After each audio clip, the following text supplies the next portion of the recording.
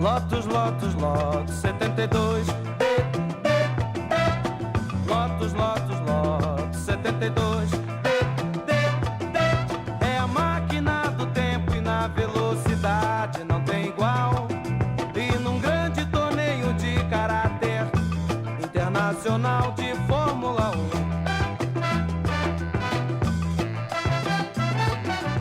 Firstly, don't ever expect that level of editing again. That took me way too long. That's why I haven't uploaded in a few days, because I was just trying to get that intro right. I saw it on an art video. Just for future insight into my scouting, I watch a lot of art critique videos so that I can see how these people articulate visionary things that maybe someone else couldn't portray. So art critique is a big part of how I build my scouting resume and how I choose my word set in terms of painting a picture of what someone might see and how they describe these pictures to someone that might not be able to see them. I think is excellent. So that's why I try and build a lot of my stuff with art critique stuff, and that intro was from that. And it was hard. It's not that complex of an edit, but I'm not an editor. This is just something I do for fun, so that was very hard for me. So shout out to me for doing that, first and foremost. Secondly, I deserve a Pepsi sponsorship because I'm going to be showing this off, and I drink more than enough of it, so it's killed a lot of my gains. I'm sure my friends will agree with that. But yeah, today we're going to be talking about Brazil. I love Brazilian American football. I think Brazilian American football is the most underrated league in the world. So many great players have come out of it. Today I'm going to look at some of the ones that are European based or have played in Europe in the last couple of seasons. But there are probably 7 more in Europe that I could have talked about. And then over in Brazil there's probably 100 I could talk about. I might do that at some point because Brazil is a really, really fun league. And I love Brazil. I have a good friend who is Brazilian, and eu falo muito pouco de português, so we're pretty set up there. I do enjoy the culture, I love the people, and even in the research of this video I've met some great Brazilian people. So that'll round out my little intro. Let's just get into the actual players. The first player we're going to talk about is Murillo Machado Silva, well known ELF All-Star in 2021. He's now at Milano. He was at the Rocal Panthers in the previous season. He's now taken his talents to the Milan team. Great leverage. Honestly, some of the best leverage I've seen of an offensive lineman. I think that kind of shows the development of Brazilian players when they come to Europe. I was talking to a couple of coaches from these various teams we're going to talk about on why they choose to recruit Brazilians. And one coach who's worked with Murillo, and someone we'll talk about in a minute, is that they're just developed as athletes and as American football players in general. Murillo is a really good example of that because of his leverage. So many players in Europe have terrible leverage. Sometimes he will lunge. There are instances where he loses his vision because his head goes straight down, which isn't exactly fundamental, but he's pretty damn good in space. He has really good grapple reset, and he has a high motor for an offensive lineman. Murillo is going to be a big part of the offensive line in Milan. They are going to be going for a very run-heavy team, especially with Patrick Carr coming in and Zach Bronkenhurst being quite a mobile quarterback. Flores Calderon, who I've done a video about, and Tommy Wilson, who can both be extensions of the run game. So this offensive line is going to be imperative. They lost so many of their guys. They lost 5 offensive linemen, and bringing in someone with the experience and the ability in both run and pass of someone like Murillo is imperative to their development as a squad. So this is a very good signing. I think that he's one of the more low-key offensive linemen in the league. He play at guard or at tackle. I think that he's probably best at guard, where he can show that leverage. He does have slightly shorter arms. He is only about 6'1", which is on the smaller side for an offensive lineman. But he is about 300 pounds. So he's a big dude. A lot of size to him, but shorter length. So I think that kind of fits him into be in that top 10 to 15 guards. Honestly, he is that good, and I think that maybe even higher than that on a good day. He has some plays where he can get beat quite a lot by swims and rips. Those two seem to be moves that he kind of deals with not great, and actually that might be a bit of a theme with today's Brazilian linemen. It's quite interesting that quite a lot of them struggle with swims and rips, and then on the reverse side they thrive with swims and rips. So that's quite an interesting development that I picked up from the Brazilian league on just how they develop their offensive and defensive linemen. Next up, Otavio Morais. He's staying in Rocklaw. He was a former teammate of Murillo, and he's going to be staying in the Rocklaw Panthers this season. I put him as a role player in my tier list. If you haven't seen that, I'll link that in the description. I'll put a card at the top so you can go and watch it now or after. I would probably like to move him up to a starter. I think on reconsideration and watching a bit more of his film, a couple of the players did message me that I'm friends with, and they're like, you put him too low. Like, he's legit good. He was an IPP player. He's absolutely ginormous, and it shows. Like, he just stands out on tape really, really obviously because he's so huge. Anchors really well on contact. Like, there's not very many, if any, defensive ends that can really move him if he doesn't want to be moved. Has super strong hands. If he gets a grip, he's like clamps. You're not getting off of Morais if he clamps on. But surprisingly, for someone so big, he's excellent in space. Like, he's really good in space. He's a nasty bastard.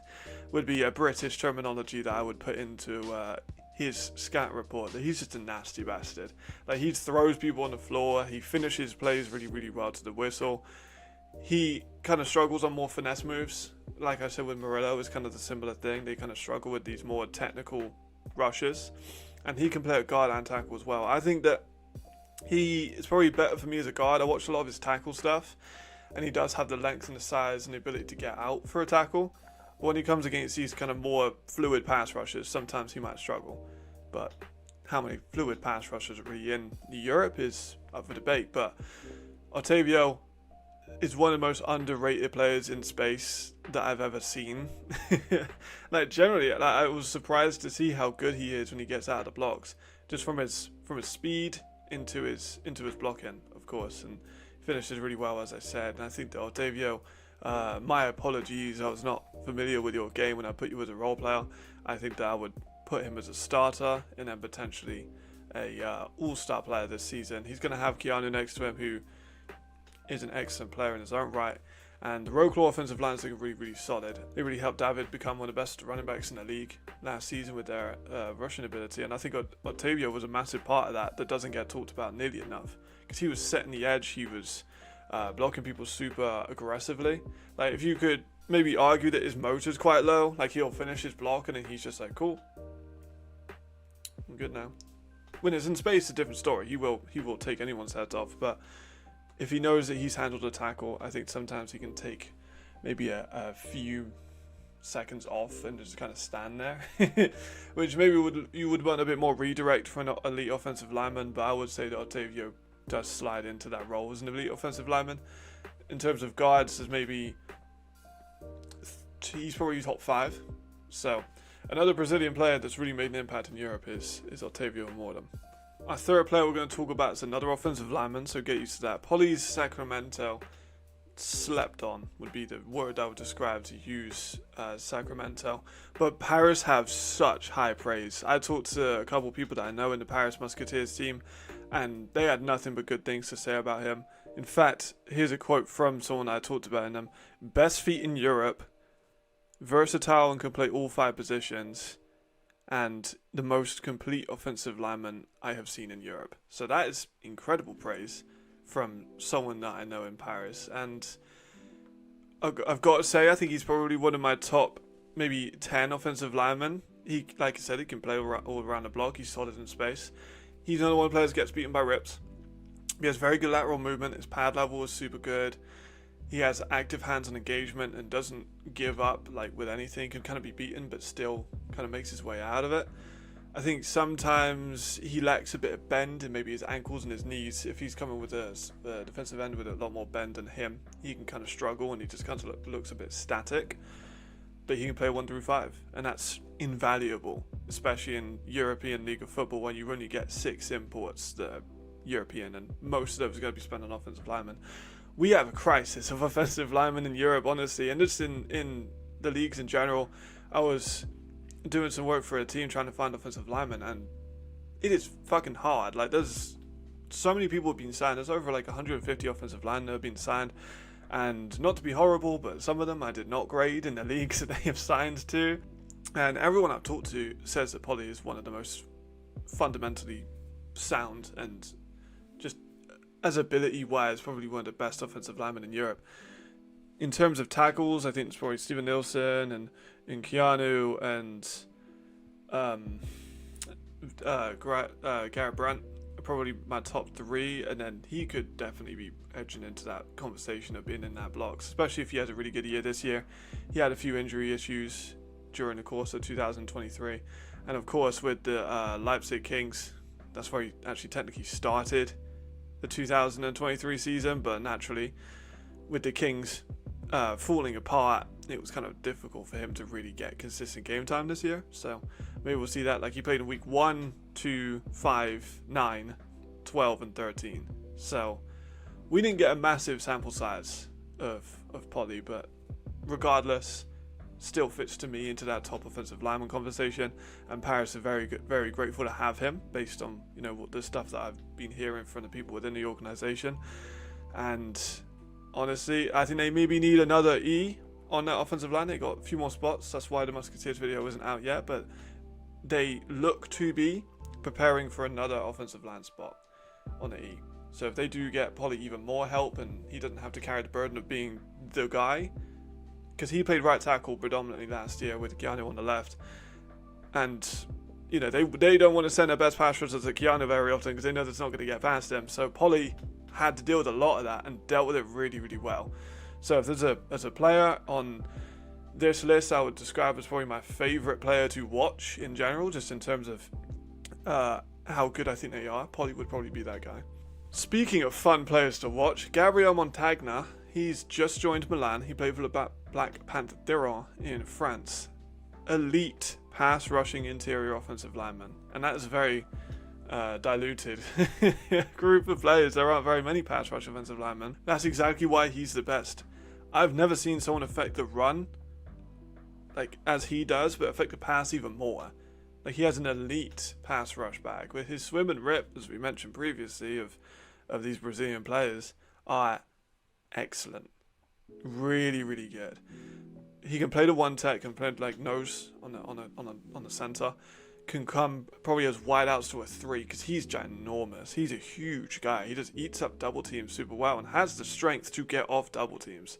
The footage I'm going to show isn't great because recording on a screen recording from YouTube lags crazy amounts. So I had a lot of plays that I couldn't involve, and I tried to do what I could. I tried to do it in like 144p and it was just unwatchable. So go and watch his tape from the Black Panthers last year and you'll realize how elite of a pass rush specialist he is.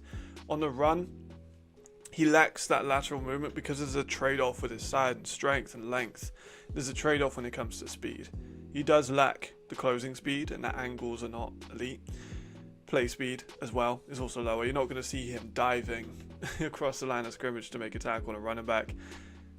But the effort he brings in a pass is so much more. Like, he'll really get to the pass rusher if he knows he can get to him. And there are not very many interior elite offensive linemen in the European League of Football. I've discussed this a few times. You got, you know, your big 3 or big 4, and then there's quite a significant drop off. Gabriel could be an all-star. Legitimately could be an all-star. I think of him that highly just because he's going to get a ton of sacks. It depends on how much the Milan really invest on the offensive line when it comes to his support, because he might be the only people that they cover. They might just triple team him like they did to Kyle Kitchens last year, and he still finished top of sacks and could have been a 3-time defensive player of the year. That's a topic for another video, but he is going to get through a lot of interior offensive linemen. In regards to interior, like I said about the defensive line, the offensive line interior is not that great in Europe. There are some really good tackles. There's some guys like Polly who can play the 1 through 5, and there's some people that can play maybe guard and tackle but better at 1. Center is not a very strong position in Europe. You got Matthew Daltrey, you got Siestri over in Spain, and that might be about it. Like, there's not a crazy, and Marlon Worthman in the thirds. There's a couple. He's not going to be playing very many of them, and I think he's going to be terrorizing an interior offensive line, especially with his ability to play 1 and 3, and he can play heads up, he can fight off double teams, he has the strength to bully pretty much anyone in this league. And I think that just the uniqueness of his skill set is something that we don't have in Europe. There's no one that affects the pass like him from interior line. And it gives a lot of opportunity for the pass rushers on the Milan defense to be good. Because let's be honest, the Milan defense last year was awful and wasn't good, and they needed more pass rush. They needed more defensive linemen, and he is potentially an answer to that. So this one may be cheating, but it's my channel, I can do what I want. Paulo Andrade, defensive lineman. He played last year with the Rex over in Brazil, but previous to that has played with the Black Panther Theron. But it seems they have made a proactive approach to also recruit Brazilians to the French league because of the development of their ability. Explosive on tackling. He needs a deeper rush bag because it is quite shallow. He can get kind of stumped on offensive linemen and just kind of wait. And he has good vision of angles. Like he will rip off and explode into the ball carrier, but he needs a deeper rush bag. Line of scrimmage movement is really solid. And I think the angles that he gets on run stop are really good. Like he might be one of the best run stopping defensive ends that we have or had at that point in Europe. Unsigned currently, I think that he's a sleeper defensive end. I think a lot of teams in the GFL could use Paulo to their advantage because he's an underrated player. I was watching him, I was scanning Euro players for guys a while back just to add to my boards, and Paulo stands out. He really does. So he does have explosive potential, just hasn't really had the opportunity, and I think that's one of the problems with European scouting is a lot of players like him don't get the opportunity to play in Europe like they should. He was good in the Black Panther. I've heard, I've messaged him and he said he's got some stuff in the works, so hopefully he can sort that out and we can see Paulo in Europe again, because run stopping defensive ends are fun and I like watching them. He does have pass rush ability and he is explosive when he gets on contact with the ball carriers. So in terms of him coming back to Europe, is it possible? Yes. Would I like to see it? Absolutely. That will round out our guys here in Brazil. Shout out to all my Brazilian people who have helped make this video and talk to me about different things, and the guys I've talked about, there's so many more, like Fonseca and Xavier and Pais. There's a lot of guys I want to look at, and I think I'm going to do this kind of thing but with a Brazilian league video as well, because I've done a lot of ELF stuff and I love the ELF, of course I do, but I like expanding into other leagues. I'm going to do a Finland one at some point. I've got a lot in the plans that I haven't quite made yet, because I can only really make a certain amount of videos per day, but this one took a while to edit. That intro took a while to edit, and this was just a fun one. I've been wanting to do this one for a while. I love Brazil. I've talked to a bunch of people from there and really have made like during the COVID pandemic is when I started learning some Brazilian Portuguese, and since then I've been on and off with it. I cannot speak Brazilian Portuguese, but I can speak a little bit of it, like a few words here and there. Did not help with messaging these players, as it turns out. I don't think that really did much, but it was fun. And Brazil is a league that I would be very interested in looking into more if people are interested in it. The last few videos of me just talking to my camera and talking about players I like have performed really, really well, which I'm really happy about, because those are the videos that are fun for me to make. I will talk to anyone about anything regarding American football. If you ask people at UWE where I'm at the moment, I'm going to be there for the next few years because I'm starting a degree there, hopefully, fingers crossed. I will just talk about football with fucking anyone. And when Jadrian Clark and Keanu Ebanks are there this year, and other players, and like Lawrence Cornwall-Baptiste, all these ELF guys that obviously know the ELF, and I could just spit, just talk to them for hours. So that was super fun. This year's been good. We've obviously won the second national championship. I don't think I actually ever put that on my channel, but I've got another ring to add to the collection, so that's pretty good. So that will come soon. I'll make sure to show that when it comes to that location. And that's pretty much it. I went for the Brazilian approach this time. I'm going to go for a few other leagues and kind of see where we fall. I think the Heltavik situation has kind of dampened my want to make ELF content for a couple of days, and watched Nick Alfieri and Silas Nisia's podcast the other day, and that was good. I might do my own quarterback top 5. That would be pretty interesting, I think, to do. Shout out to Nick for saying you watch my videos. Thank you very much. That means a lot.